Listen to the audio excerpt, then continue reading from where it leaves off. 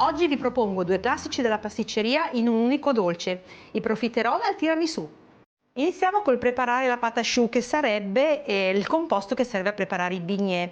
Quindi in un pentolino mettiamo l'acqua, il burro, che deve sciogliersi, e deve sciogliersi possibilmente prima che l'acqua inizi a bollire, perché se l'acqua comincia a bollire e bolle per tanti minuti cambia poi l'idratazione dell'impasto che andiamo a fare. Uniamo anche un pizzico di sale, quindi cercate di non far bollire l'acqua finché il burro non si sarà sciolto. Ecco, poi potete aumentare il fuoco e non appena l'acqua comincerà a bollire buttiamo all'interno la farina, togliamo un attimino il pentolino dal fuoco, mescoliamo, poi lo rimettiamo sul fuoco per fare un po' asciugare il composto. E questo diciamo che è la base per preparare l'impasto della pâte à choux. Ecco, dopo aver lavorato l'impasto per 2-3 minuti al massimo sul fuoco, rigirandolo molto spesso, come avete visto che ho fatto io, per asciugarlo un po', possiamo spegnere il fuoco.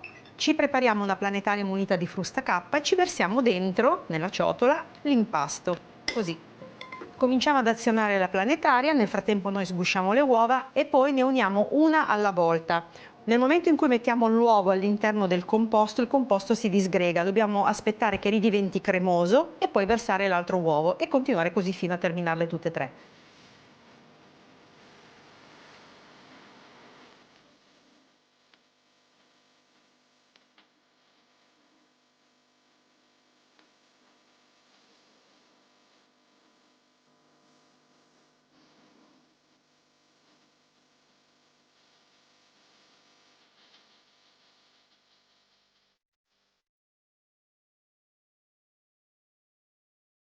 Ecco che l'impasto ha assorbito tutte le uova.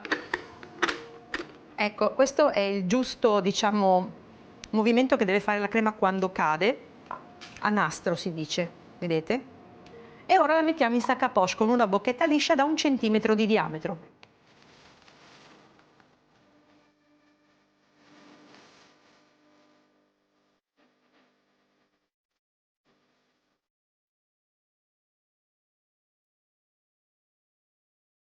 Adesso prendiamo una leccarda, io utilizzo queste leccarde forate come vedete, dove ho appoggiato sopra un tappetino microforato. Questa è la cottura ideale per i bignè, se non ce l'avete potete usare una classica teglia con la carta forno. Ecco, adesso spremiamo dei mucchietti larghi 3 cm e li distanziamo almeno 5 cm uno tra l'altro, perché i bignè in cottura cresceranno. Quindi in questa teglia qui io faccio 4 file da 5 bignè.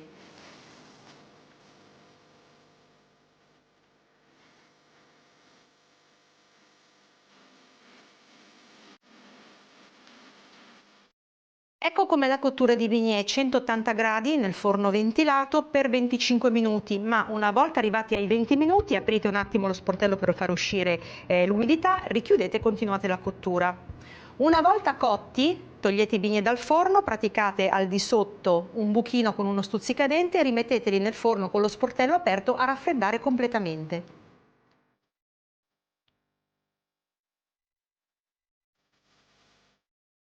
Ecco, stiamo preparando la crema per i bignè. Io ho già messo in questa pentola latte, panna, caffè e caffè solubile e come vedete ho portato a sfiorare il bollore. Ora in una ciotola a parte invece metto i tuorli, lo zucchero semolato, l'amido di mais e l'amido di riso. Se non trovate l'amido di riso potete mettere tutto amido di mais. Ora mescoliamo tutto.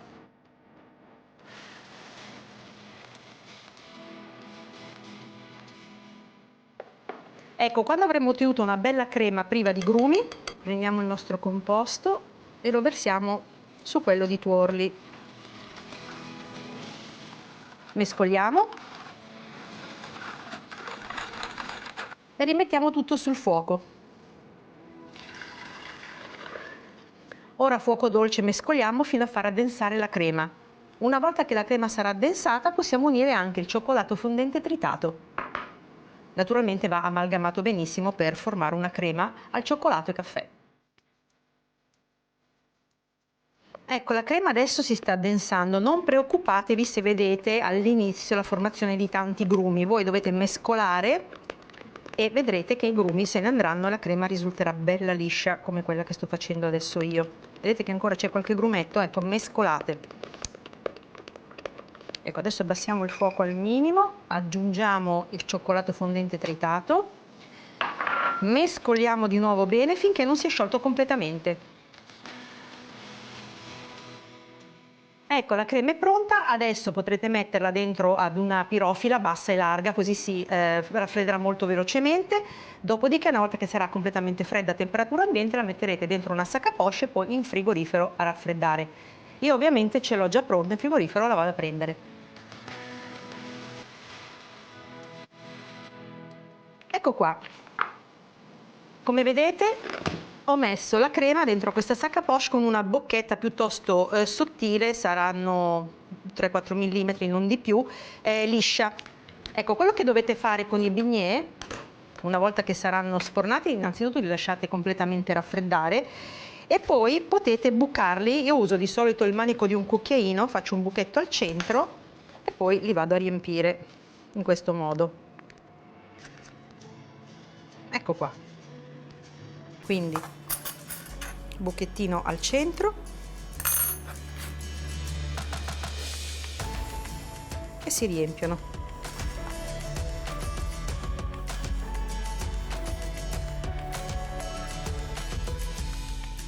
E continuo così con tutti gli altri.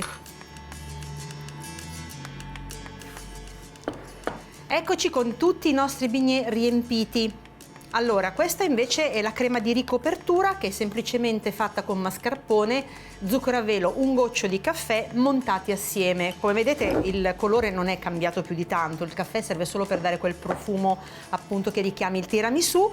Vi faccio vedere invece la consistenza, guardatela molto bene perché questa è la consistenza ideale per rivestire il bignè ma non colare via, che è quello che a noi serve. Quindi adesso prendiamo un bignè alla volta, lo intingiamo in questa crema, lo scoliamo per bene e lo mettiamo su questo vassoio. Dopodiché prenderemo tutti i bignè e formeremo il nostro profiterol. Giriamo proprio il bignè all'interno della crema, poi lo scoliamo e lo mettiamo sulla teglia e facciamo così con tutti quanti.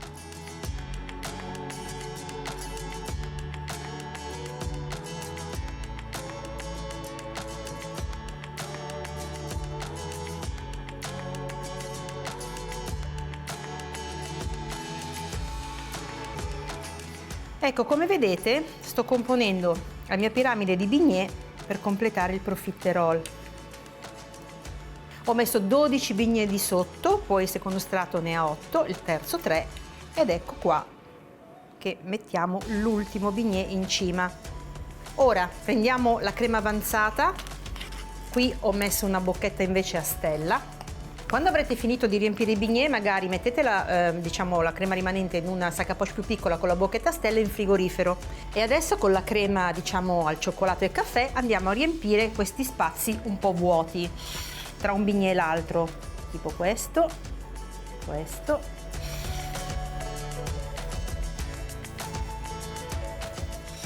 Volendolo possiamo mettere anche qua sulla base tra un bignè e l'altro. Diventerà semplicemente un effetto di decorazione e anche di riempimento. Ora l'ultimo tocco è mettere veramente un velo, quindi pochissimo, cacao amaro in polvere sopra questa torre deliziosa. Proprio per richiamare il cacao amaro che viene utilizzato nel tiramisù. E poi per renderla ancora più golosa, qui ci sono delle scagliette molto sottili di cioccolato fondente che facciamo cadere qua e là, ma sempre qualcosa di molto molto delicato. Io lo trovo semplicemente stupendo e quindi vado a fare una foto.